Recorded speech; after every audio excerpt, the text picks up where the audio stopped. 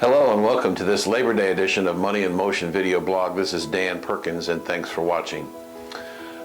I want to talk about several things. This morning we had the jobs number at about 151,000, short of expectation.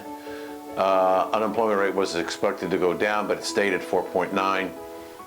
It's not enough to cause panic, but the markets are now saying the Fed is probably on hold until December. I want to show you a chart of the bond market over the last 90 days where interest rates have actually gone down. I can't count the number of times that the Fed was going to raise rates, not going to raise rates. Fed was going to raise rates, Fed's not going to raise rates. Very difficult time in the marketplace for people like myself who are fixed income investors to try and anticipate where the Fed's going. The fact that, the market's saying now there's only about a 25% chance that interest rates are going to go up in December. Even the Fed governors are saying, well, probably 2017. So I believe that this volatility of is the Fed or is not the Fed going to go on a month-to-month basis based primarily on employment. Now, the economy picked up a little bit in the second quarter. Went from 0.8 in the first quarter to 1.2% in the second quarter. We haven't seen the final revision, so we'll wait and see what happens. The point is that it's very difficult to try and pick the time of when we're going to invest the cash that we have into fixed income investments because we don't know what the Fed's going to do. I just want to let you know that I'm watching it all the time and I'm on that roller coaster ride of watching the Fed and trying to figure out what they're going to do.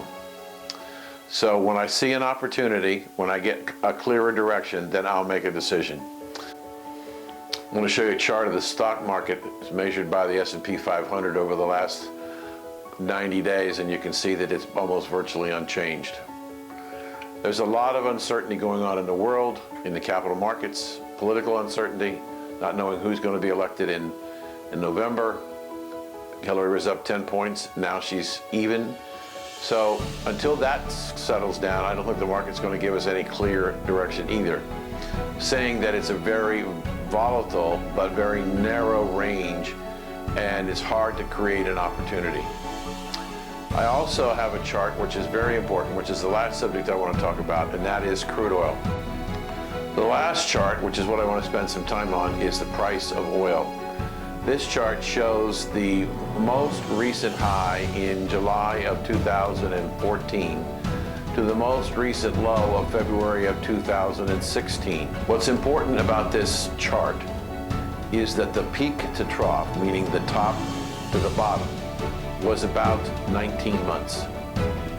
We are now approximately 6 months from the recent low, and I expect we're in a consolidating phase with eventually a move higher. This movement down over that 19-month period didn't all happen at one time. There were ups and downs and recoveries and collapses, and it was a very volatile time. So if it took us 19 months to go down, I would expect in a normal cycle that we would be looking at probably somewhere in the neighborhood of 19 months to recover to where we were. So if we do hit that 50 to 55 in early 2017, I would expect to see movement in advance of the price increase in the energy stocks that we own, as the prospects for higher energy prices. I'm not saying we're going back to $90 a barrel or $100 a barrel. I do think that by the end of 2017 we could be at $70 a barrel. Now we've come off the bottom of about 26 to 46, so we've moved $20 off the bottom, which is a very, very significant rally. Not enough for me and not enough for you, but it's going the right direction. We're continuing trading back and forth, and I expect to continue to see volatility. We have a meeting of the OPEC ministers later this month. I'm not looking for any production cuts, but we could be surprised. So energy is an important part of who we are as a nation, where we're going in the future, and it's a core part of a portfolio. I know it's uncomfortable. I understand. I'm in the same boat, but I believe in it, and I believe we're going to go higher, and we're going to see substantial returns in our energy portfolio as we go forward. The markets are going to continue to be volatile. We have terrorism on a global basis. We have governments that are toppling. We have problems in Venezuela. We have problems in Nigeria.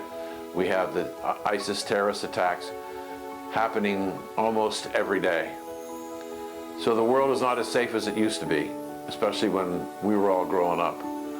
But we have to understand that we have to protect our assets and protect our income. I got a chart that shows the rate of interest on bonds, which we talked a little bit about earlier, that interest rates have actually gone down. Given the return on the income for the portfolios for almost all of you who are income oriented, your returns are so far above, dramatically multiples above the yield on the 10 or the 30-year treasury. You have unrealistic yields in your portfolio. As preferreds have been called away, I've been trying to replace them as close to possible. It gets harder and harder to do that. We have very stable portfolios, even in this volatility. I'd like them to move a little faster, but I want to make sure that the things that I buy, when I buy them, that I buy them when I believe it's the right time and it's going to produce the right long-term effect. So that's it for now. Should you have any questions, please feel free to give me a call.